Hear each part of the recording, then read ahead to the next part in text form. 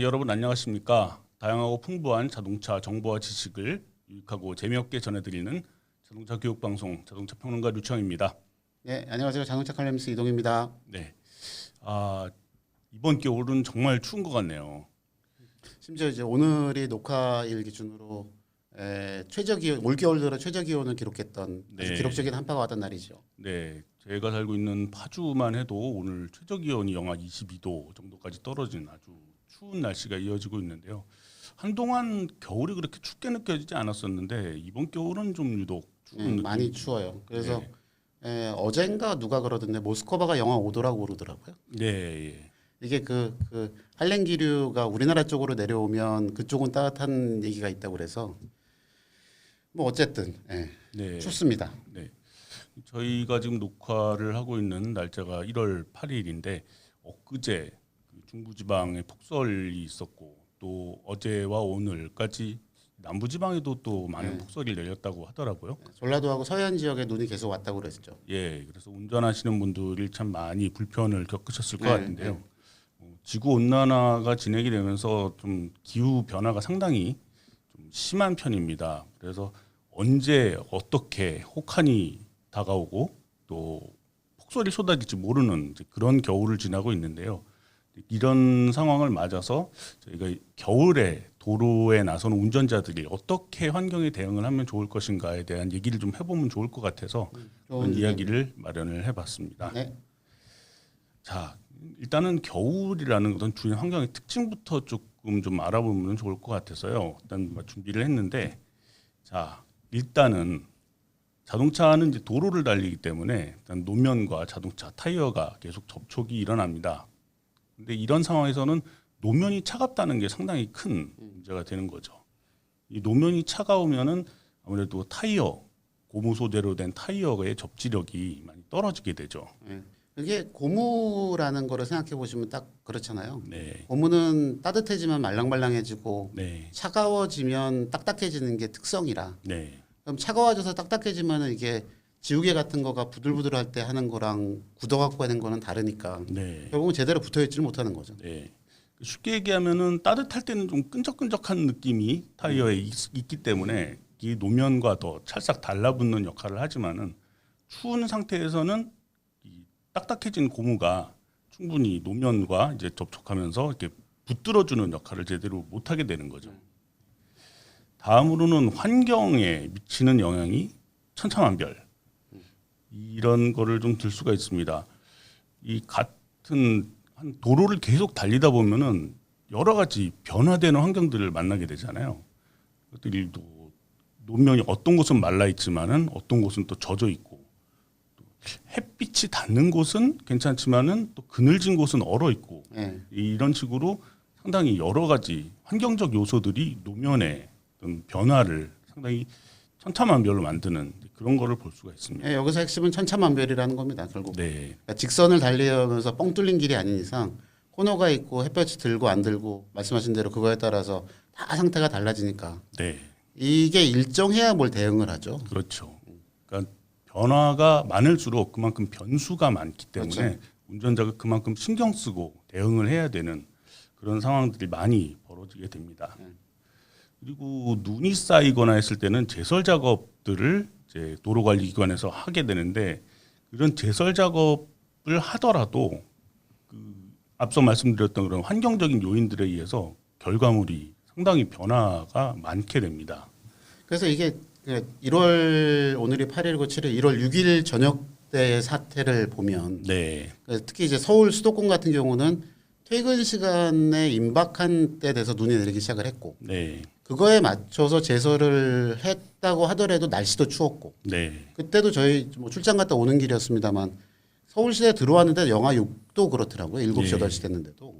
그럼 영하 6도에 눈이 뭐 2cm, 3cm가 내리는 상황이 되면 그 시점에 제설을 해봐야 사실은 제설이 일단 안 돼요. 네. 그러니까 그 차들 퇴근 시간에 몰려 나온 차들이 쫙 서 있는 상태이기 때문에 염화칼슘을 뿌리는 제설차가 갈 수도 없는 거고 네. 눈을 밀어낼 수도 없는 상황이 되는 거고 그리고 영하 6도라고 하면은 염화칼슘이라는 것 자체가 일종의 제습 효과도 있지만 걔가 이제 물하고 만나서 녹으면서 네. 그 용해열로 주변에 눈을 더 녹여야 되는데 네. 그런 시간이나 온도나 그게 안 되는 거죠. 그렇죠. 그러니 그 난리가 나죠. 네. 뭐 염화칼슘을 뿌렸다고 하더라도 짧은 시간 사이에 눈이 엄청나게 내려버리면은 그것들이 녹아버리기 전에 이미 그 위에 눈이 많이 쌓이기 때문에 그만큼의 또 효과를 볼 수가 없게 그렇죠. 되는 거고요.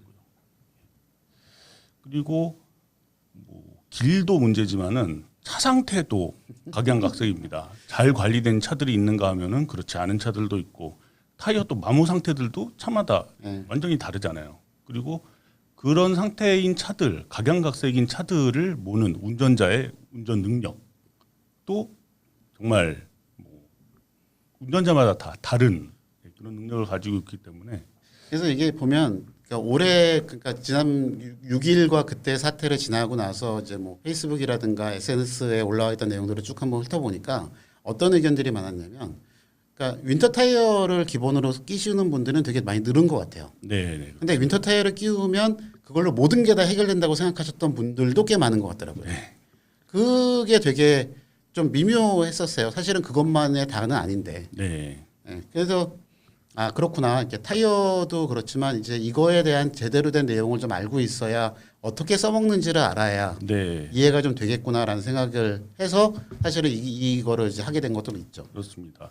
그래서 일반적인 나머지 계절들 겨울이 아닌 뭐 봄, 여름, 가을 이런 때는 사실 크게 그 운전하면서 신경을 써야 될 것들이 이제 비 오는 날씨, 젖은 노면 같은 경우에는 그러니까 눈이 내렸을 때만큼 그렇게 막 복잡한 그런 환경들이 이렇게 생기지는 않으니까요. 네, 그러니까 완전히 마른 노면에 뭐 한 영상 20도 정도를 접지력을 1이라고 하면 네. 비가 오면 같은 온도에서는 뭐 한 0.6, 0.5 정도로 떨어진다고 하더라도 네. 눈이 오면 그게 0.1이 되거든요. 그렇죠. 그러니까 1.0에서 0.1로 떨어지는 건 접지력이 10분의 1로 줄어드는 건데 네. 과연 10분의 1로 줄어든 접지력이 그만큼 줄었다라는 거를 이해를 하고 그거에 맞춰서 운전을 제대로 하느냐고 생각해 보면 그게 아닌 거죠. 그렇죠. 그러니까 일반적인 상태에서는 뭐 젖은 노면, 마른 노면 정도만 구분이 되면 되는데 겨울 같은 경우에는 젖은 노면도 있고 마른 노면도 그렇죠. 있고 눈이 쌓여 있는 노면도 있고 그래서 그런 복잡한 상황들이 정말 시시각각 움직이는 곳마다 변하기 때문에 그야말로 혼돈의 카오스라고 할 수 있는 그런 환경과 마주쳐야 된다라는 일을 하게 되는 것 같습니다. 그래서 보면 그 뭐 6일날 저녁 때 뭐 30분 가는 길에 3시간 반 걸렸네, 4시간 걸렸네 이런 얘기들이 올라올 수밖에 없어요, 사실. 네, 그렇습니다. 그래서 일단 겨울에는 운전할 때 한 가지 제일 중요한 목표를 달성을 하는 게 가장 큰 목표라고 할 수가 있는데 안전하게 목적지에 도착하는 것 그것이 겨울 운전의 최대 목표라고 할 수가 있겠습니다. 그리고 어떻게 보면 이게 자동차를 타는 가장 큰 이유이기도 하죠. 그렇죠. A에서 B 지점까지 안전하게 옮겨가는 것. 그거가 겨울 운전의 최대 목표가 되기도 합니다. 네. 언제나 똑같은 목표기는 하지만은 겨울에는 그만큼 상황들이 복잡하고 어렵기 때문에 그런 부분들을 더 신경을 많이 써서 운전을 하셔야 된다. 그런 말씀을 드리고 싶습니다. 그래서 겨울에 운전을 할 때 많은 분들이 이제 서행을 운전을 해야 된다. 그런 말씀을 하시는데 그렇다면 과연 서행하는 게 능사일까요? 미묘하죠, 이것도. 예. 완전히 100% 옳다라고 얘기하기도 좀 미묘해요. 그렇습니다. 일단 서행은 그럼 왜 하는 거냐? 서행의 목적을 살펴보면은 충분한 제동 거리와 대응 시간을 확보하는 게 첫 번째 목적이라고 할 수가 있겠습니다. 일단 겨울철에는 아까도 말씀드렸던 것처럼 타이어의 접지력이 떨어지기 때문에 일단 제동할 때의 그 타이어의 그런 접지력이 떨어지는 그런 부분들을 감안을 해야 안전하게 운전을 할 수 있는데 그래서 거리를 일단 네. 띄워놔야 되는 거죠. 예. 그래서 타이어의 문제도 있고 그다음에 브레이크의 문제도 있습니다. 브레이크도 차갑게 식은 상태에서는 충분한 그런 제동력을 발휘할 수가 없기 때문에 브레이크 측면에서도 제동 거리가 길어지는데 상당히 영향을 많이 주죠. 그래서 여기 있는 그 대응 시간의 확보라는 면에서 보면 이거는 운전자가 머릿속으로 뭔가를 생각하고 판단을 내려서 조작을 할 때까지의 시간도 사실은 필요한 거예요. 네. 근데 이게 거리가 앞차하고의 거리라든가 주변하고 거리가 좀 있어야 사실은 여기서 어떡하지? 핸들을 그러니까 스티어링 휠을 여기로 돌려볼까? 브레이크를 더 밟아야 되나? 브레이크를 떼어야 되나? 엑셀 페달을 밟아야 되나?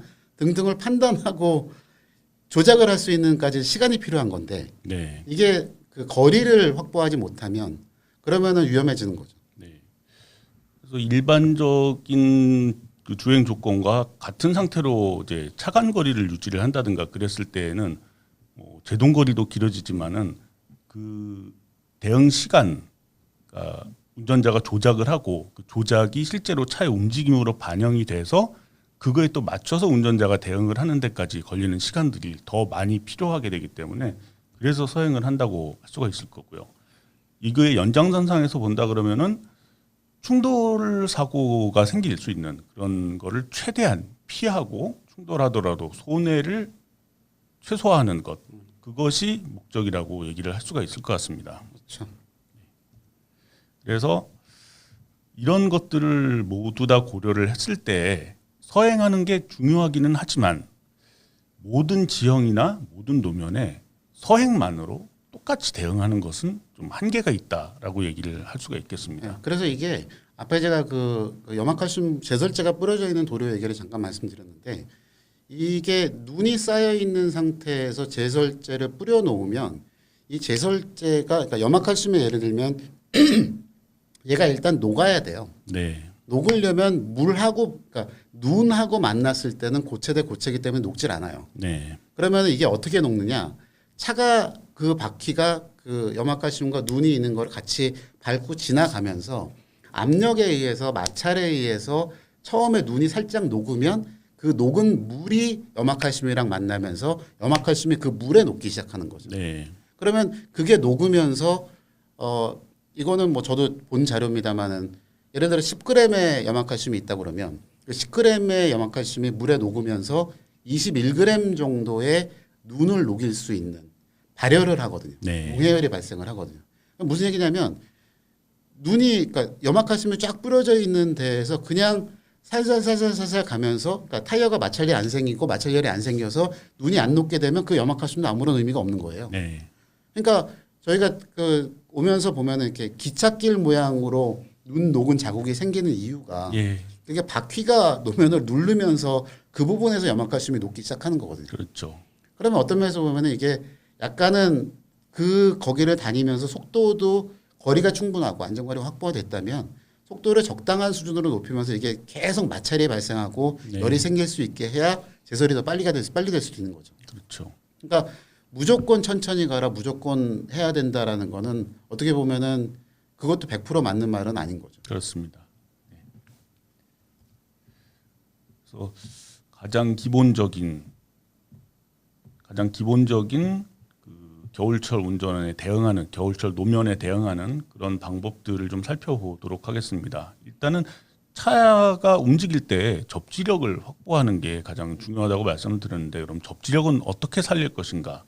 첫 번째로 들 수 있는 거는 접지력이 높은 타이어, 낮은 온도에서도 높은 접지력을 확보할 수 있는 겨울용 타이어를 끼우는 게 가장 기본이라고 얘기할 수가 있겠습니다. 그렇죠? 네. 네. 그래서 뭐 근데 뭐 요즘에는 그래도 이거 아는 분들 많으실 텐데 7도 이하에서 제대로 작동하는 거를 주로 얘기를 하죠. 윈터 네, 타이어라고 네. 하는 거는. 그리고 뭐 여기 이제 사진에도 있습니다만 이게 트레드 모양도 다르잖아요. 네, 네. 그래서 이렇게 쪼글쪼글쪼글쪼글한 흔히 말하는 이제 사이프라는 거가 많이 들어가 있어서 그 사이프가 예를 들어 요런 손 모양을 한다 그러면은 얘가 이렇게 노면을 가면서 이렇게 벌어지잖아요. 네. 사이프들이 벌어지면서 노면을 하나씩 이렇게 갉아내면서 가는 거거든요. 그러니까 모양이 비슷하다고 해서 사계절 타이어하고 윈터 타이어가 비슷하다고 해서 같은 성능을 내는 게 아니라는 거죠. 그렇습니다. 고무 재질, 그러니까 컴파운드의 그 딱딱한 정도도 다르고 네. 이런 트레드 정도도 다르고 네. 그다음에 이 그 모양도 다 다르기 때문에 윈터 타이어가 그렇죠. 눈길이라든가 얼음빙 빙판길을 생각하면은 윈터 타이어를 꼭 써야 되는 게 맞는 거죠. 네, 그렇습니다. 그리고 이런 식으로 이제 사이프 홈이 많이 파여 있기 때문에 그 트레드가 이제 노면과 닿는 그 부분에 눌러주는 압력도 일반 타이어보다는 더 커집니다. 그렇기 때문에 아까 말씀하셨던 뭐 염화칼슘을 이제 마찰을 시켜서 녹인다든가 그럴 때에도 더 효과적이기도 하고, 빙판, 눈길 그런 곳에서 이제 앞으로 이제 치고 나가는 구동력을 살리는 데에도 훨씬 더 효과적이라고 할 수가 있겠습니다. 네, 그리고 이게 그 윈터 타이어가 은근히 좋은 거가 배수력이 되게 좋아요. 맞습니다. 배수 성능이 좋다는 거는 어차피 빙판 위에 차가 올라가서 있으면 타이어의 접지면하고 이 빙판에서 사이는 물이에요. 네. 예. 얼음 위를 그냥 미끄러지지 않거든요. 그러니까 이거는 스케이트를 타도 마찬가지잖아요. 예. 스케이트의 그 접촉면이 얼음 위에 닿아 있으면 요 닿은 요 면에 물이 생기고 네. 그 물이 윤활제 역할을 해서 미끄러지는 거거든요. 네. 그러면은 타이어도 마찬가지인 거죠. 그러면 이 윈터 타이어가 그 얼음판 위에 올라가서 얘를 누르고 있으면서 거기서 발생한 물을 가능한 한 빨리 빼내야 네. 얼음이라고 하는 고체랑 닿으면서 접지력이 생길 수 있는 거라. 네. 그래서 배수성도 사실은 되게 중요한 부분 중에 하나입니다. 예. 그래서 뭐 나중에 타이어에 대한 얘기를 좀 더 구체적으로 할 때 아마 더 언급을 할 수 있겠지만은 트레드 패턴을 봤을 때에도 이제 뒤쪽으로 빼주는 게 그 타이어의 진앙 방향으로 나 있는 깊은 홈도 잘 나 있고, 그다음에 옆으로 빼주는 그런 그 홈도 상당히 잘 나 있는 걸 볼 수가 있습니다. 일반적으로 보통 배수성 좋은 뭐 F1 같은 데서 쓰는 레인 타이어 그런 데에서도 볼 수 있는 그런 트레드 패턴과 상당히 비슷한 모습을 볼 수가 있죠. 그래서 화면에서 보실 수 있는 것처럼 저온에서의 접지력은 겨울용 타이어가 가장 높고요.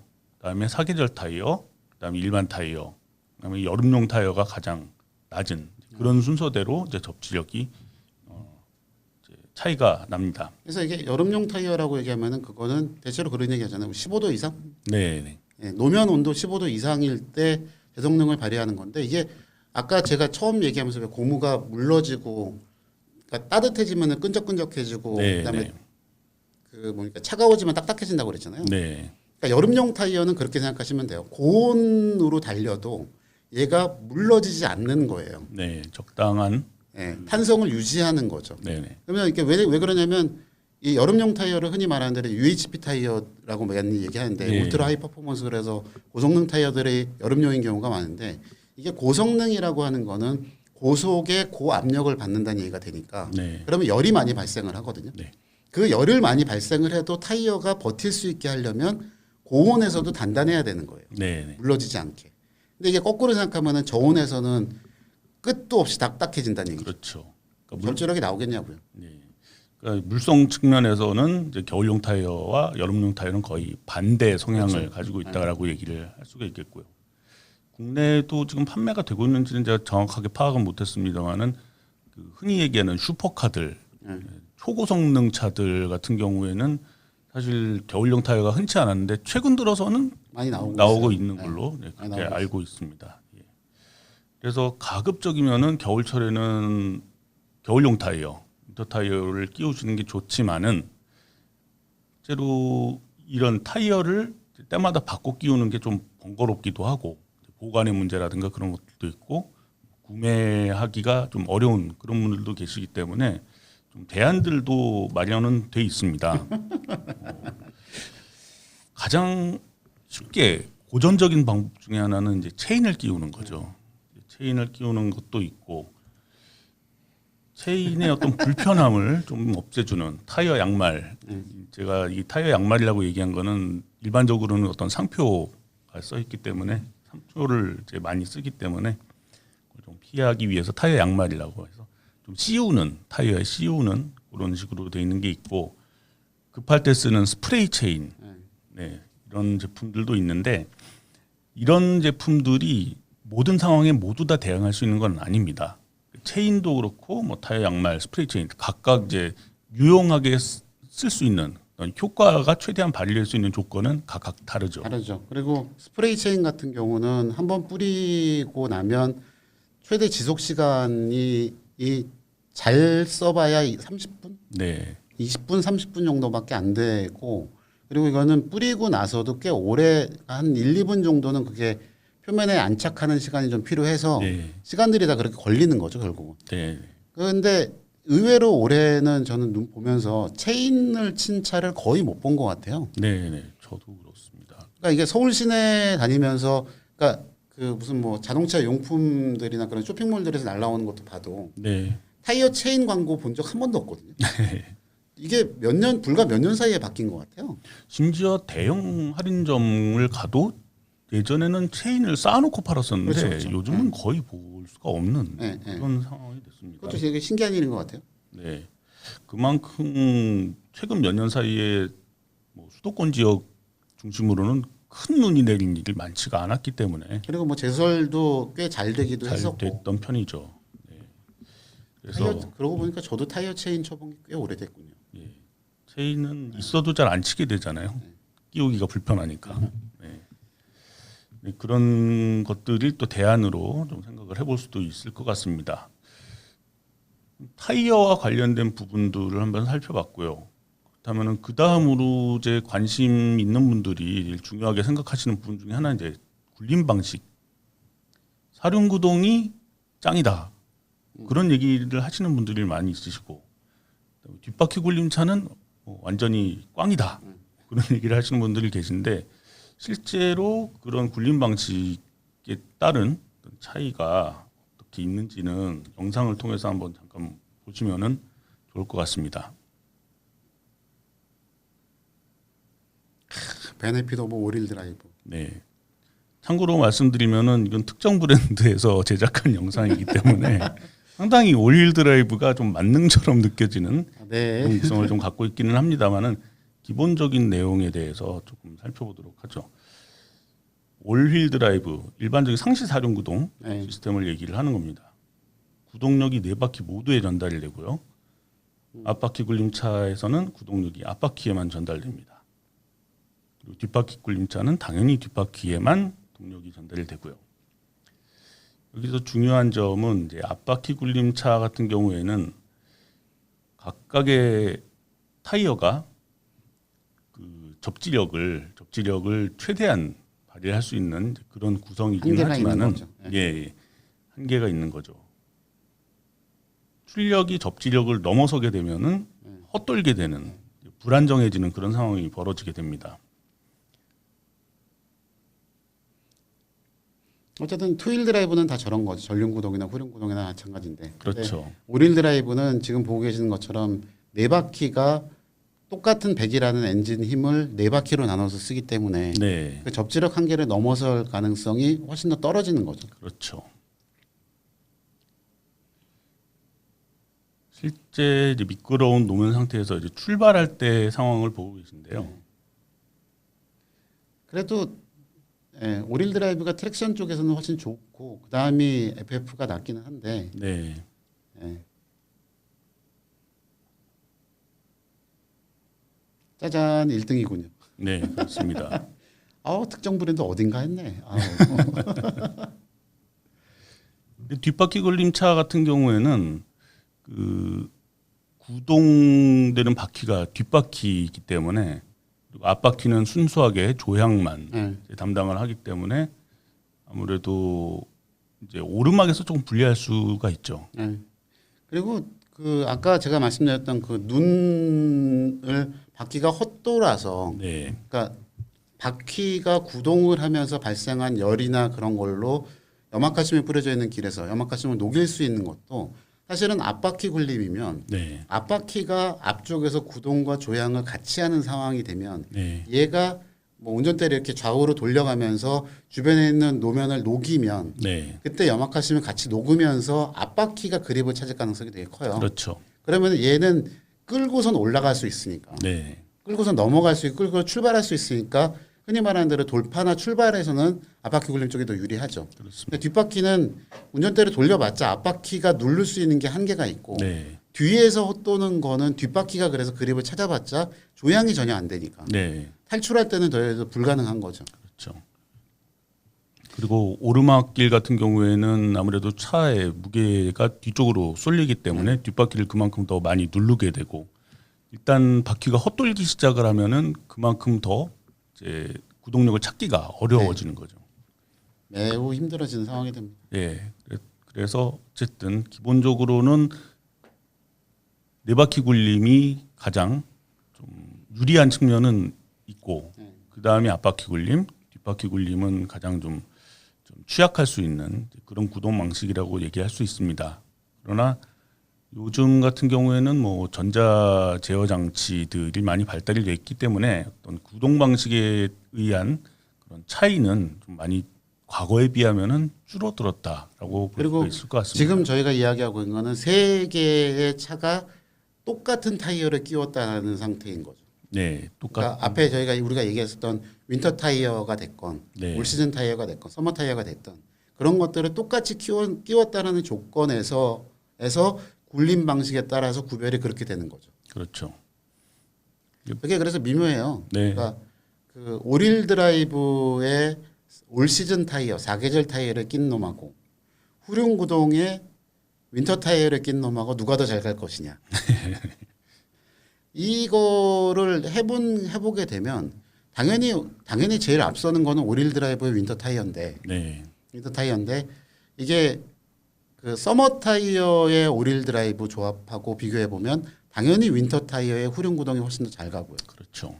근데 오릴 드라이브의 올 시즌 사계절 타이어를 끼우고 윈터 타이어의 후륜 구동이면 경우에 따라서는 윈터 타이어의 후륜 구동 쪽이 더 잘 빠져나가는 경우도 있죠. 그렇죠. 그리고 타이어의 마모 상태에도 상당히 큰 영향을 주고요. 그러니까 모든 게 어떤 한 조합이 절대적으로 우수하다라고 하는 건 정말 딱 하나밖에 없는 거예요. 네, 그렇습니다.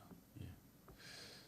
이렇게 해서 타이어와 구동 방식에 따른 차이점이라든가 그런 부분들을 좀 살펴봤고요. 저희가 실제로 운전을 하면서 만나게 되는 여러 가지 노면의 상황에 따라서 어떻게 대응하는 것이 좋을까 그런 부분들을 좀 한번 살펴보겠습니다. 요런 것들은 제가 직접 운전을 하면서 촬영을 했던 영상들인데요. 지금 보시는 경우는 거의 이제 마른 노면 위에 막 눈이 내리기 시작을 해서 바람 불면은 이제 눈이 날아가는 기온도 어느 정도 낮은 상태인 이런 조건에서는 자, 어떤 거를 유의를 해야 될까요? 사실상 저는 이 정도면은 마른 노면하고는 차이는 없다고 봐요. 네. 근데 상황이 그런 거죠. 이게 만약 11월 말이나 12월 달 초에여서 네. 처음으로 눈이 내리는 상황이라고 하면 저는 거의 마른 노면이랑 상관없다고 보거든요. 네. 왜냐하면 이제 노면이 그냥 일반 마른 노면에 눈이 내려서 녹지 않고 날아다니고 있는 상태니까. 네. 그러면은 그냥 마른 노면만 밟고 가는 거예요. 거의 근데 만약 이게 2월이라고 하면 네. 그러면 이미 몇 번 눈이 왔고 네. 그래서 노면이 미끄러운 상태에서 얼어 있다라고 볼 수밖에 없거든요. 그렇죠. 그러니까 눈이 내렸는데 노면에서 안 녹는다? 그거는 눈이 영하 0도, 그러니까 노면이 0도 이하라는 얘기잖아요. 네. 그럼 기본적으로 미끄러운 거예요, 얘는. 그렇죠. 그러니까 이거는 뭐 12월이나 1월이나 2월이나에 따라서 이 노면도 대응하는 게 달라져야 된다고 보거든요. 맞습니다. 시기적인 차이도 있고 그리고 이런 상황이면은 사실 그냥 보기에는 그냥 마른 노면 위에 눈이 날리는 것 같은 그런 상황이긴 하지만은 만약에 좀 습도가 높은 상태였다 그랬을 때에는 요즘 흔히 얘기하는 블랙 아이스가 있을 가능성이 크죠. 상당히 크죠. 그래서 이런 상황에서도 상당히 좀 조심해서 운전을 해야 되는 그런 상황이라고 볼 수가 있습니다. 그래서 그 블랙 아이스 얘기가 나와서 그런 생각이 드는 게 이게 반짝거린다라고 사람들이 생각을 하는데 네, 실제로는 요즘의 노면 중에 보면은 왜 그 저소음 아스팔트 있잖아요. 네, 네, 거기에서는 안 반짝거립니다. 그렇습니다. 이게 그 아스팔트 노면도 예전처럼 이제 타르가 많고 그런 경우는 그 소음 방지를 위해서 이게 그 공간들이 되게 여유가 있는 애들이거든요. 새로 예. 깔린 데들은.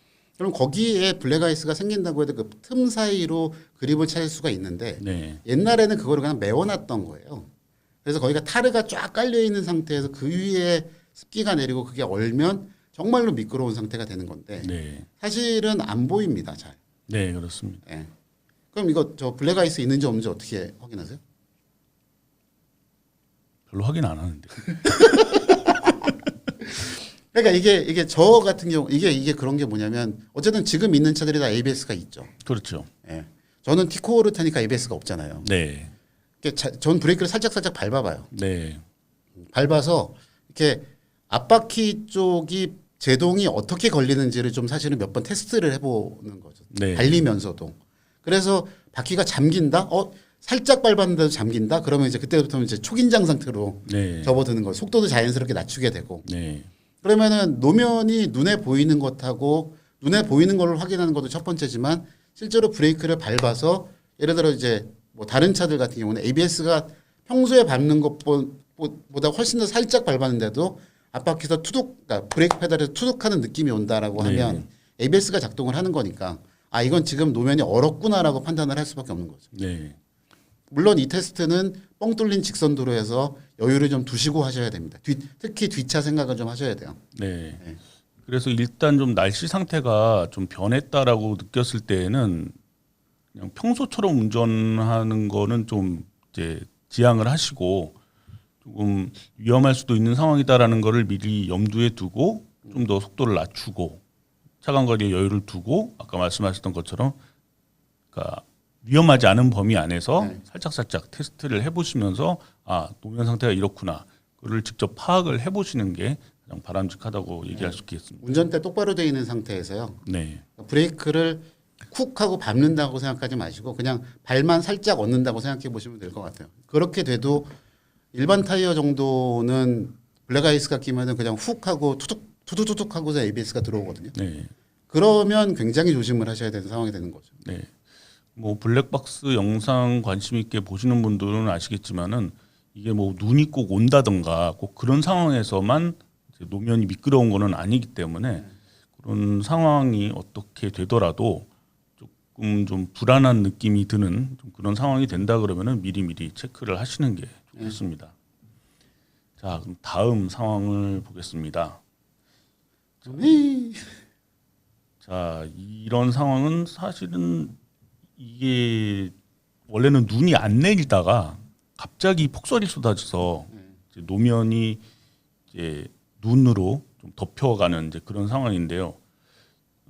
사실 이 상황은 기온이 그렇게 아주 낮지는 않은 그런 상황이었습니다. 그래서 노면에 있는 눈들이 어느 정도 쌓이고 그렇다고 제설도 확실하게 되지 않은 상태여서 차들이 지나가면서 약간 슬러시처럼 돼 있는 그런 상황이었는데요. 이런 상황도 사실은 되게 위험한 상황이죠. 근데 저는 이게 어떻게 보면은 앞에 우리가 봤던 것보다는 네, 시각적으로 일단 이 상황은 사람들이 공포를 일단 느끼고 네, 미끄러울 수 있다라는 거를 인지를 하기 때문에 네, 되려 사고가 날 가능성은 되려 더 적다고 봐요. 네, 그렇습니다. 그러니까 자만하지 않는 상태거든요. 네, 네, 딱 보자마자 와씨 눈 오네. 이게 눈이 쌓이네. 그다음에 쌓인 눈이 막 튀면서 차 안에서 막 소리가 나네. 예, 그러면 일단 심리적으로 위축이 되기 때문에 네, 당연히 속도를 줄이게 되고 그리고 영상에서 보이는 것처럼 앞차들처럼 뭐 비상등을 켠다거나 뭐를 한다거나 하면서 서행을 하게 된다는 거죠. 예, 그러면 실질적으로 사고가 날 가능성은 훨씬 줄어요. 네, 그렇습니다. 기본적으로는 속도가 낮아지는 상태고, 그러니까 속도를 낮추게 되는 또 하나의 이유 중에 하나는 눈이 이만큼 쏟아지면 앞이 안 보이거든요. 그래서 심리적인 어떤 그런 영향 때문에라도 좀 속도를 자연스럽게 줄이게 되고, 하지만 노면 상태만 놓고 본다면은 상당히 좀 위험할 수 있는 그런 상황이죠. 이런 상태에서는 약간의 오르막만 만나더라도 바퀴가 쉽게 헛돌 수 있고, 브레이크를 밟아도 이제 슬러시 상태의 노면에서는 쉽게 미끄러질 수 있는 그런 상황이기 때문에 기본적으로 이런 상황에서는 엑셀러레이터도 상당히 조심스럽게 밟아야 되고 브레이크 밟을 때에도 거의 밟지 않고 엔진 브레이크를 사용을 해서 움직여야 되는 그런 상황이라고 볼 수가 있겠습니다. 그리고 이 경우가 위험한 거는 아까 얘기한 거대로 하면 이제 기온은 좀 높은 편이라고 했잖아요. 네, 그리고 그동안의 날씨도 사실은 영향을 미치는데 기온이 높은 편이라고 하더라도 눈이 내리기 시작하면은 이게 추워진다는 얘기거든요. 예, 그러면 어디가 위험하냐면 이거는 다리나 네, 네. 다리 위에나 터널 출구 같은 데는 거기는 얼어붙을 수 있어요. 있죠. 예. 왜냐하면 바람이 많이 불고 네. 또 다리 위 같은 경우는 지면하고 떨어져 있기 때문에 금방 식거든요. 그 도로가. 그러면 거기는 빙판이 생길 가능성이 큰 거죠. 네, 네. 그런 부분들을 조심해야 되기 때문에 사실은 속도를 많이 낮추는 거가 여기서부터 시작이 되는 게 맞죠. 네. 그래서 이 부분에서 살짝 짚고 넘어가야 갈 수 있는 거는 아까 말씀드렸던 그 타이어의 대안 중에서 그 양말 네. 같은 거를 끼우는 게 효과적인 노면이 바로 이런 노면이라고 할 수가 그리고 있겠습니다. 이거는 속도가 어느 정도 있는 상황이기 때문에 체인을 치는 거는 불가능하죠. 사실은. 그렇죠. 그리고 이런 노면에서는 조금만 체인이 치면은 바로 바닥하고 닿기 때문에 승차감이나 뭐 그런 부분들도 상당히 좀 안 좋아지길 수도 있고요. 그렇습니다. 그리고 이 상황은 눈이 어느 정도 내리고 그리고 차들이 어느 정도 다닌 뒤라서 눈은 쌓여 있지만은 차가 다니는 부분들은 다 젖어 있는 그런 상황입니다. 그래서 보기에는 눈이 쌓여 있는 것 같지만은 실질적으로 차가 움직이는 부분은 거의 뭐 빙판이나 마찬가지인 그런 상황이라고 볼 수가 있겠죠. 이런 노면을 달릴 때는 체인이 효과적이죠. 네. 그래서 체인이 눈을 파고 들어가면서 거기에서 접지력을 찾을 수가 있기 때문에 네, 가장 좋은 상태가 되고 그리고 이게 타이어 면에서 체인들이 이렇게 식으로 돼 있는 거가 얘네가 타이어에 영향을 미치지 않고 땅으로 파고 들어가니까 네, 사실은 승차감도 그렇게 크게 영향을 안 미치죠. 물론 체인 끼면 30km 이하를 권장할 거예요 아마. 네, 네, 30km 이하 정도로 달려야 되는 거가 맞고요. 네, 이 시점쯤 되면 이제 빙판이다라고 생각을 하는 경우가 많죠. 예. 실제로도 이제 차가 미끄러지기 되게 쉬운 그런 상황이고 이 차들이 통행한 상태에 따라서는 차가 돌기도 쉽고 네. 그런 상황이라고 볼 수가 있겠습니다. 제일 재밌는 상황이기도 하죠. 요 정도로 다져진 길에서 길 차 없는 데서 차 갖고 놀면 사실은 제일 재밌죠. 네. 타이어도 안 달고. 여기서 조금 더 발전을 해서 완전히 빙판 상태인 그런 곳에서는 아까 말씀드렸던 것 중에 이제 스프레이 체인, 네, 스프레이 체인이 조금 더 효과적이라고 볼 수가 있겠습니다.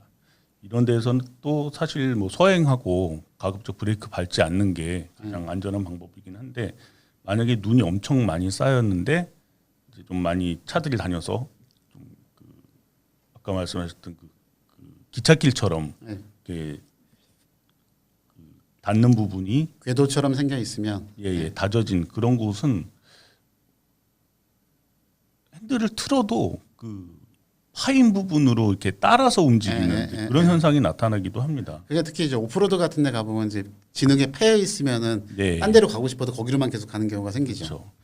사실은 제가 초보 운전 시절에 이런 그렇게 이제 기찻길처럼 이렇게 바퀴 닿는 부분만 폭 파인 곳에서 한번 사고가 난 적이 있어요. 이 핸들을 틀어도 차가 이제 다른 쪽으로 움직이지 않고 홈을 따라서 움직이더라고요. 그래서 다른 차하고 부딪힌 그런 기억이 있는데 어쨌든 그런 상황에서도 사고가 나지 않으려면은 조심해서 속도를 미리 낮추시고 이제 충분하게 거리를 확보하시는 그런 게 필요하다고 볼 수가 있겠습니다. 그래서 저는 이제 금방 저희가 보여드렸던 그런 길이 있으면 앞에서 말씀드렸던 것처럼 이게 이런 길에서 얼마나 미끄러지는지를 경험해 보실 필요가 사실은 있는 거예요. 맞습니다. 그리고 흔히 얘기하는 대로 이제 그 뭡니까 급브레이크를 밟았을 때 네. 브레이크를 밟았을 때 제동 거리가 얼마나 되는지를 사실은 일반적으로 운전을 하다 보면 단 한 번도 제대로 끝까지 브레이크를 밟아본 적이 없는 사람들이 굉장히 많아요. 맞습니다. 굉장히 많아요. 그래서 사고 날 것 같을 때는 한번 밟아보는 거죠. 네. 이게 그래서 운전이 연습이 필요하다는 얘기를 제가 몇 번을 말씀을 드렸었는데 사실은 이런 상황이 돼도 이런 상황에서도 마찬가지인 거예요. 네. 조금 여유가 뭐 심리적인 여유가 있다고 하면 동네에 넓은 공터나 그런 데 가셔갖고 브레이크를 한번 밟아보는 거죠. 네. 한 30km나 40km 정도의 속도에서 멈출 수 있는 거리를 충분하게 두고 브레이크를 밟아서 차가 미끄러질 때 어떤 느낌이 오는지 네. 특히 브레이크를 밟았을 때 실제로 ABS가 작동하면서 어떻게 페달로 반응이 오는지 네. 그때 스티어링 휠을 돌렸을 때 어떤지 네. 등등을 경험해 보실 필요도 있는 거죠. 사실은. 이 ABS 같은 경우에도 일반적인 주행 상황에서는 사실 작동할 일이 별로 없기 때문에 이렇게 좀 미끄러운路면에서 브레이크 페달을 살짝만 밟았는데 뭔가 ABS가 작동을 더더덕 하는 게 깜짝 놀래가지고 오히려 브레이크 페달을 페달에서 떼는. 발을 떼는 그런 경우들도 있거든요. 의외로 그런 게 많죠. 예, 예. 그래서 그런 경우에도 사실 놀라지 않고 제대로 브레이크를 조작을 하려면은 좀 어느 정도 연습이 필요하고 이런 거에서 ABS가 작동하는구나 그런 거를 몸으로 직접 받아들여 보시는 그런 것도 필요합니다. 그리고 그 한 가지 더 말씀드리면 ABS가 작동하는 원리는 뭐 아실 텐데 잠긴 거를 풀었잖아요. 그 얘기는 뭐냐면 차가 굴러간다는 얘기거든요. 굴러가면서 하는 최대의 목적은 조향입니다. 방향을 틀 수 있게 해주는 거예요. 뭔가 장애물을 피할 수 있게 하는 거거든요. 그러면 어떻게 해야 되느냐면 뭔가 추돌 사고가 날 것 같아서 브레이크를 밟았는데 ABS가 작동을 하기 시작했다. 그러면은 운전대를 꺾어서 피할 수 있는지를 확인을 하시고 운전대를 꺾은 상태에서 피하는 것도 연습이 필요해요. 네. 왜냐하면 이게 ABS가 더더더덕 하고 있는 동안에 그냥 하고 있는 경우 되게 많거든요. 근데 하고 있으면서 운전대를 안 돌리면 그대로 가서 들이받는데 네. 실제로 ABS가 작동하면서 접지력이 살아나면 조향이 가능해지기 때문에 피할 수도 있습니다. 근데 이것도 말씀드린 대로 한 번쯤 두 번쯤은 해보실 필요가 있어요. 네. 안전이 보장된 공간에서. 네. 그래서 다시 한번 말씀드리면 드라이빙 스쿨을 꼭 한번 가보시면 좋습니다. 네. ABS가 작동을 하더라도 미끄러지다가 이렇게 드드드득 하다가 어느 순간에 바퀴가 멈춰버리면은 그 다음부터는 소용이 없거든요. 그래서 브레이크 페달을 조작하는 그런 방법도 좀 익혀놓으시는 게 도움이 많이 될 겁니다. 그래서 지금 본 것처럼 이렇게 눈이 다져진 상태에서 지금 얘기한 것처럼 ABS가 작동하다가 차가 차속도하고 바퀴에 굴러가는 속도가 맞아버려갖고 이 바퀴를 풀어주지 않고 그냥 잠겨있는 상태가 네. 되면 다진 노면에서는 그냥 미끄러지는 거기 때문에 주행거리, 그러니까 이렇게 공주거리가 늘어나요. 그럼 들이받을 수밖에 없기 때문에 사실 그때는 페달을 꼈다가 다시 밟아줘야 네. 되는 상황이 되는 거고. 근데 그게 좋은 거 계속 밟고 있어야 되는 때는 뭐냐면 눈이 쌓여갖고 부드러운 상태인 거예요. 예.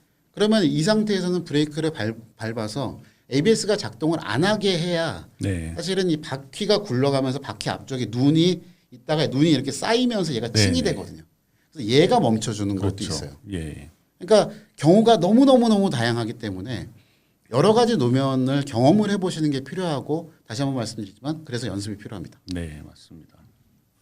자, 마지막으로 살펴볼 영상은 여기는 아이슬란드입니다.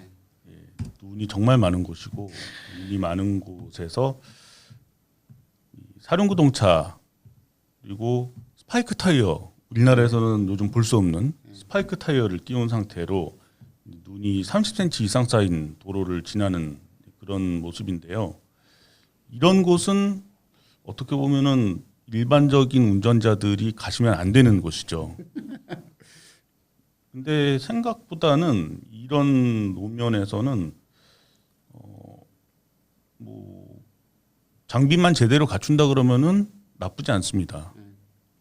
눈도 막 심하게 다져지지 않고, 그러니까 또 어느 정도 부드러운 상태를 유지를 하고 있고, 그다음에 스파이크 타이어 같은 경우에는 이제 찍고 누르면서 그런 갈 수 있는 그런 기능도 있기 때문에 충분한 준비만 돼 있다 그러면은 어렵지 않게 통과할 수 있는 그런 노면이라고 할 수 있겠죠. 그래서 우리나라가 그 흔히 지금 이제 계속 스파이크 타이어 얘기를 했는데 스터드 타이어잖아요. 네네. 그러니까 그게 공식적으로 스터드잖아요. 못이 네네, 박혀 스터드. 있는. 예. 근데 그 스터드 타이어가 우리나라에서 공식적으로 불법이에요. 네. 왜냐하면 그거가 마른 노면을 다니게 되면은 노면을 계속 갈아내기 때문에 노면 손상을 방지하기 위해서 그게 우리나라에서 불법으로 되어 있는데 지금도 가보면은 강원도 쪽이나 그런 산간 지역에서는 쓰이는 경우가 종종 있습니다. 있습니다. 그러면은 거기는 뭐냐면 그냥 1년에 한 4개월, 5개월 정도가 눈인 거예요. 네. 그리고 제설이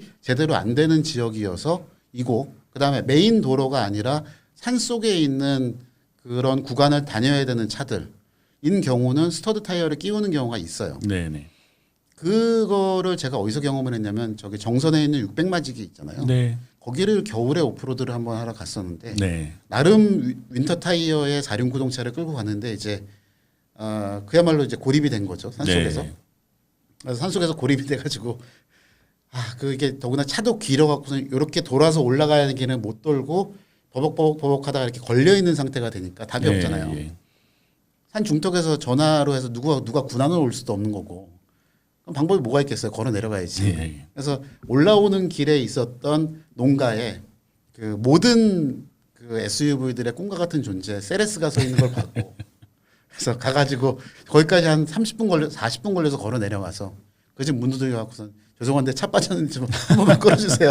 그래갖고 그래서 아우 내가 아저씨 올라갈 때 봤어. 이거 빠질 것 같더라. 그런 얘기 막 들어가면서 올라와서 이제 그분이 와서 끌어내 주셨거든요. 네. 끌어낼 때 보니까 스터드 타이어가 기본이고 네. 거기에다가 뒷바퀴에는 체인을 치시더라고요. 따로. 음, 그걸 갖고 4륜구동으로 해갖고 올라오니까 걔는 완전 무적이죠. 그렇죠. 그래서 차 처박혀 있는 거 돌려 세워주고 어디로 갈 건데 저 언덕 넘어갈 겁니다. 그러면 내가 앞으로 넘어갈 테니까 당겨줄 테니까 와요. 그래갖고선 길도 아닌데 있죠. 옆으로 산 넘어갖고선 제 앞에서 당겨갖고서 올라가면서 우린 뒤에서 우와 박수 치고 있고. 네. 그러니까 이게 타이어의 내용과 스터드 타이어의 위력을 그때 정말 절실하게 느꼈죠. 네. 이렇게 눈이 많이 쌓인 곳에서는 아무래도 좀 그런 스터드라든가 체인이라든가 이렇게 좀그 눈을 쳐준다든가 찍어내서 달리는 거죠. 찍어 누르는 이제 그런 타이어가 거의 필수라고 할 수가 있겠고요. 네. 예. 그런 곳에서는 사실 아까 앞서서 살펴봤던 눈이 좀 약간 쌓여서 다져진 곳이다 그랬을 때는 바퀴가 헛돌면서 이렇게 녹아서 이제 조금만 이렇게 닳게 되면은 바로 노면이 땅이 드러나서 드러나는 경우는 치고 나갈 수 있는 이제 그런 여건이 되는데 방금 보셨던 영상에서처럼 눈이 아주 많이 쌓인 답이 없어. 그런 곳에서는 아무리 바퀴가 헛돌아도 바닥이 드러나지 않기 때문에 효과가 거의 없다고 봐야죠. 그런 경우는 거의 흙길이랑 똑같잖아요. 바퀴가 네. 땅을 파면 배가 닿아 버려 갖고선 차가 못 움직이는 경우가 생기니까. 예. 그러면 이제 일이 더 복잡해져. 삽질도 해야지, 차도 밀어야지. 예. 그래서 그런 곳을 가시지 않는 게 제일 좋고요. 가셨을 때는 오프로드처럼 이제 차에 배가 닿지 않도록 이렇게 유의하시는 게 좋을 것 같습니다. 그래서 동계 캠핑 다니는 분들도 이제 봄, 여름, 가을 다닐 때는 장비가 그렇게 중요하진 않은데 네, 겨울 캠핑은 생존의 문제이기 때문에 장비가 엄청나게 중요해지거든요. 맞습니다. 그거랑 똑같은 것 같아요. 그러니까 특히 SUV에 4륜구동 타신다고 하면서 평소에 이제 임도 같은 데를 자주 가셨던 분들이라고 하더라도 겨울에 혹시라도 그런 데 가실 일이 있으시면 반드시 체인 준비하시고요. 일단 기본적으로. 네. 그다음에 오프로드 그런 데 들어갈 때 되면 기름 반드시 가득 넣고 들어가셔야 돼요. 네, 그게 특히 강원도 쪽에 가시게 되면 수도권에서 기름을 넣고 만땅을 채웠어요. 평소 자주 가던 주유소에서 만땅을 채우고 강원도에 가봤자 200km잖아요. 네, 요즘 차들 연비 좋아서 그런 반도 안 쓰거든요. 그러면 이제 올 때까지 쓰겠지로 가요. 그러면 가서 아침에 영하 20도인 용평에서는 시동 안 걸립니다. 네, 이게 이 수도권 지역이나 남쪽 지역에서 쓰는 경유에 들어가는 그 파라핀, 네, 네, 동결 방지용 파라핀의 비율이 강원도에서 쓰이는 디젤유랑은 다르기 때문에 그게 올라가면 얼어요, 디젤이. 네, 그러니까 어느 정도 선에서 그러니까 중간 정도 갈 수 있는 뭐 예를 들어 서울에서 출발한다 그러면은 원주 지나서 있는 휴게소 정도에서 기름을 채우시는 게 네, 그게 그런 동파 방지에도 도움이 되고요. 네, 그리고 그런 산 속으로 들어갈 때는 고립될 수 있다라는 거를 염두에 두셔야 됩니다. 은근히. 네. 그래서 일단 시동을 걸고 버틸 수 있어야 되고요. 그렇죠. 그리고 걸어 내려와서 해야 되기 때문에 옷도 든든하게 입으셔야 되고요. 네. 매우 준비할 게 많아집니다. 되게 옛날에 들었던 얘기처럼 느껴지지만은 그런 환경에서는 또 중요한 게 뭐 삽정도 그리고 뭐 거적대기나 아니면은 낡은 매트 같은 거 바닥 매트 그런 것들 좀 트렁크에 넣어두시면은 이런 험한 상황에서 빠져나오시는데 조금이라도 좀 도움이 될 수가 있습니다. 네. 그래서 여러 가지 노면 상태에 어떻게 대응을 하고 무엇을 조심해야 되나 이제 그런 부분들을 살펴봤고요. 그 다음에 운전자가 좀 신경 써서 조작을 할 수 있는 만한 그런 것들도 있습니다. 신경 써야 될 것들을 하나씩 살펴보면은요, 이 왼쪽에 있는 거는 이제 경고등 램프, 경고등이 되겠고, 오른쪽에 있는 것은 이제 스위치인데요. 이 부분들을 적당히 잘 활용을 하시면은 위험한 상황에서 조금이라도 또 도움이 되실 수가 있을 것 같습니다. 일단 기본적으로 이제 제동력 그리고 구동력에 관련된 그런 기능들인데요. 우선은 ABS 브레이크 그러니까 제동력을 제어를 하는 시스템이 하나가 있고, 그다음에 TCS 구동력을 제어하는 시스템이 있고요. ESC 주행 안정성을 제어하는 시스템이 있는데요. 이 중에서 다른 것들은 뭐 어느 정도 영향이 좀 적다라고 볼 수 있지만은 큰 영향을 미친다고 할 수 있는 거는 역시 구동력 제어 시스템이 아닌가. TCS죠. 예.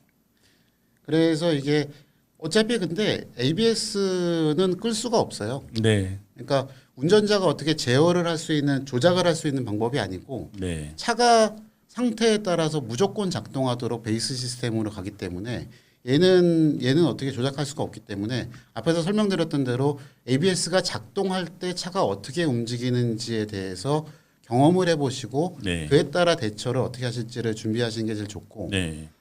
그리고 ESC 같은 경우도 완전히 끄는 경우는 사실은 일반 도로에서 권장하고 싶지 않기 예, 때문에 가능한 한 이것도 지금 손을 안 대시는 게 좋은데 TCS는 트랙션 컨트롤은 온오프가 되는 경우가 굉장히 많습니다. 네. 그러니까 여기 지금 위에 있는 그 사진의 오른쪽 아래에 있는 오프 버튼이 대부분 2단계로 작동을 하잖아요. 네. 네. 그래서 한 번 살짝 1초 상관으로 누르면 경고등이 한번 삥 하고 떠요. 네. 그 위에 왼쪽에 있는 차 미끄러지는 것 같은 오렌지색 경고등이 처음에 뜹니다.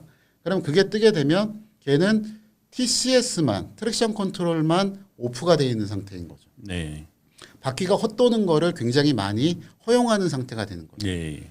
그러니까 앞에서 설명드렸던 것처럼 그 제설제가 뿌려져 있는 노면 같은 경우는 트랙션 컨트롤을 끄고 가는 게 이게 바퀴가 헛돌면서 눈을 녹이거나 네. 그다음에 제설제를 녹여서 내가 탈출할 수 있는 가능성이 더 커지는 거예요. 네. 네. 그런데 이거가 꺼져 있지 않고 켜져 있으면 바퀴가 헛도는 거를 계속 브레이크를 제어하고 네. 엔진 출력을 떨어뜨려 갖고선 바퀴를 멈춰버리기 때문에 실제로는 탈출을 못하게 되는 경우도 생기는 거죠. 네. 그러니까 눈길에서는 어떤 면에서 보면은 TCS를 끄고 가는 게 헛도는 게 자주 생길 수는 있지만 탈출을 위해서는 사실은 굉장히 좋은 거가 되고요. 네. 대신 이제 하나 차이가 있는 거는 이것도 이제 한번 테스트를 한번 해보시면 좋을 것 같아요. TCS, 그러니까 이 ESC 버튼을 1초 정도 눌러서 TCS를 끈 다음에 엑셀 페달을 밟아보시면 자주 헛돌거든요. 네네. 근데 자주 헛돌게 된다는 거를 일반 도로에서, 그러니까 탈출을 위해서 사실은 헛돌게 만드는 거잖아요. 네네. 근데 탈출했어요. 주행하는 동안에도 끄고 가시는 동안에 이게 엑셀을 밟았는데 계속 TCS 경고등이 깜빡깜빡 거린다거나 그 얘기는 무슨 얘기냐면 내가 엑셀을 너무 깊게 밟는 거예요. 깊게 밟는 겁니다. 그러니까 이게 TCS가 작동하지 않을 정도로 하고 네. 그다음에 차는 앞으로 밀어낼 수 있을 정도까지만 엑셀을 밟으셔야 되는 거죠. 네. 그게 그 한계를 찾아보는 게 되게 중요합니다. 섬세한 엑셀러레이터 조작이 필요한 거죠.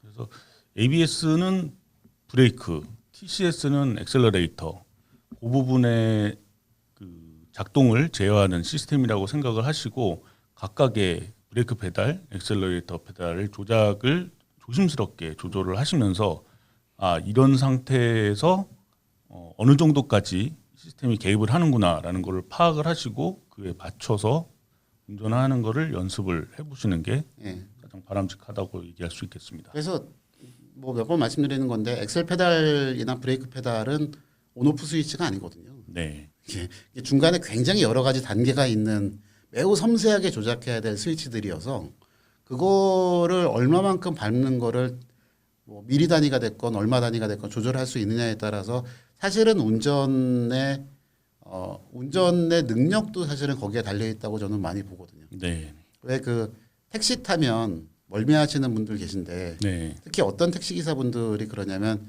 자주 엑셀 밟았다 뗐다 하는 분들이 있어요. 예. 그럼 당연히 차가 흔들리거든요. 계속. 네. 멀쩡한 상태에서도 그런데 계속 그렇게 되면은 이게 당연히 멀미가 나죠. 그렇죠. 근데 이거는 이제 평소에 일반적으로 운전하면서 같이 타고 다니는 사람들을 배려하실 때도 지긋하게 밟았다가 지긋하게 떼는 것들이 연속이 되면 운전 잘한다고 부드럽게 운전 잘한다고 칭찬 굉장히 잘 받으실 거예요. 네. 엑셀 페달 조절하는 거, 브레이크 페달 조절하는 거 매우 중요한 네. 부분입니다. 눈길 운전 포함해서요. 예. 눈길 같은 데서는 그런 것들이 조금 더 이제 금방 와닿는 잘 드러나죠. 그런 것들이죠. 예. 예. 다음으로 살펴볼 것은 요즘은 이런 차들이 많이 있죠. 주행 모드를 조절할 수 있는 차들, 그리고 구동 모드를 조절할 수 있는 차들을 볼 수가 있는데 특히 뭐 SUV에서는 요즘 이런 기능이 있는 차들을 많이 볼 수가 있습니다. 드라이브 모드 셀렉트가 되는 것들이 있죠. 주행 예. 모드. 오프로드를 가는 거를 고려를 해서 주행 모드를 선택을 할 수 있는 그런 차들 같은 경우에는 화면 왼쪽에 있는 다이얼이 있는 거기에 윗부분을 보시면 스노우 모드가 있습니다. 그리고 오른쪽에 있는 이 버튼들에도 보면 스노우 모드가 있고요.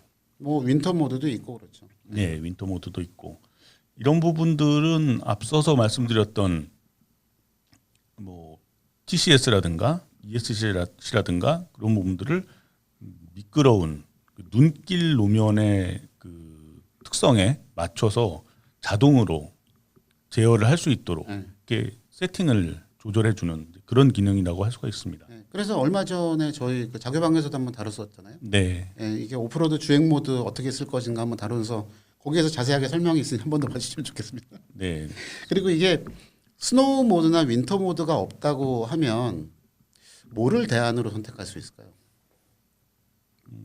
요즘 차는 되려 많은 거가 저도 에코 모드가 이거에 되게 대응이 가능할 거라고 보거든요. 네, 그렇습니다. 예, 에코 모드는 기본적으로 엑셀 페달, 그러니까 스로틀을 열어주는 거를 굉장히 부드럽게 열고 예, 천천히 열고 또 기어 단수를 가능한 한 윗단으로 올려서 예, 높은 기어 단수를 써서 엔진 회전을 낮추는 걸로 연비를 높이는 방식인데 네, 이게 사실은 겨울철 운전하는 데 있어서 바퀴가 헛돌지 않게 하는 데는 매우 중요한 요인 중에 하나거든요. 그렇습니다. 뭐든지 좀 이제 지나치지 않게 잘 억제해주는 그렇죠. 그런 기능들을 활성화하는 거기 때문에 말씀하신 대로 겨울철에 좀 조심스럽게 운전해야 될 때에는 효과적으로 작동을 할 수 있는 그런 모드라고 할 수 있겠죠. 그래서 평상시 주행할 때가 대부분 일반적으로 컴포트 모드가 기본 사양이 되는 거가 맞는데 네. 컴포트 노멀 그런 게인데 스노우나 윈터 모드가 있으면은 그걸 선택하시면 되고 네. 없다고 그러면 에코 모드를 선택하시는 것도 방법이 됩니다. 네, 맞습니다. 이렇게 해서 이제 뭐 시스템을 선택을 할 수가 있고 또 하나 요즘은 대부분의 차들에 자동 변속기가 들어가기 때문에 이런 것들도 신경을 쓰실 수 있을 것 같은데요. 앞서 말씀드렸던 그런 주행 모드에서도 어느 정도는 이 기능들이 좀 적용이 되기는 하지만은 그런 것들이 없는 차들이라든가 아니면은 조금 더 민감한 상황 그런 상황에서는 자동 변속기 수동 모드를 적절히 활용을 하시는 것도 상당히 많이 도움이 됩니다. 네. 그래서 출발할 때는 바퀴가 대부분 1단 출발을 하는데 네, 1단에서는 바퀴가 헛돌 가능성이 크기 때문에 그렇죠. 수동 모드로 해서 2단으로 바꿔놓고 출발을 하시면 미끄러질 가능성이 훨씬 더 줄어들고요. 네, 그다음에 기어를 빨리 올리는 게 아니라 사실은 늦게 올리셔서 이렇게 엔진 브레이크가 엑셀 페달에서 뛰자마자 엔진 브레이크가 걸려서 차가 자연스럽게 속도가 줄어들 수 있게 고정해 놓는 것도 방법이에요. 네, 그렇습니다. 그래서 출발을 하실 때도 그렇고 속도를 줄이실 때도 그렇고 적절한 그 바퀴 회전을 이제 조절을 하면서 또 엔진 회전수를 네. 이제 적정한 범위로 유지할 수 있는 그런 방법으로서 이제 자동 변속기 수동 모드를 적절히 활용하시는 것도 많이 도움이 될 것 같습니다. 그래서 엔진 브레이크를 쓰신다고 하더라도 RPM이 그러니까 가솔린 엔진을 기준으로 할 때 4,000 RPM 이상 올라가게 그렇게 하면은 그것도 너무 급격하게 엔진 브레이크가 걸리는 상황이 되니까 네, 그 아래에서 유지할 수 있게 해주시는 네. 게 그러니까 엔진 RPM이 가속할 때는 2,000 RPM 이하에서 가속을 하고 네, 그다음에 감속할 때는 4,000 RPM 이하에서 감속이 시작되게 네, 하면은 차가 가능한 한 이렇게 큰 변화 없이 큰 동작의 변화 없이 가감속을 할 수 있는 상태가 되거든요. 네, 그러면 굉장히 안정적이 됩니다. 네.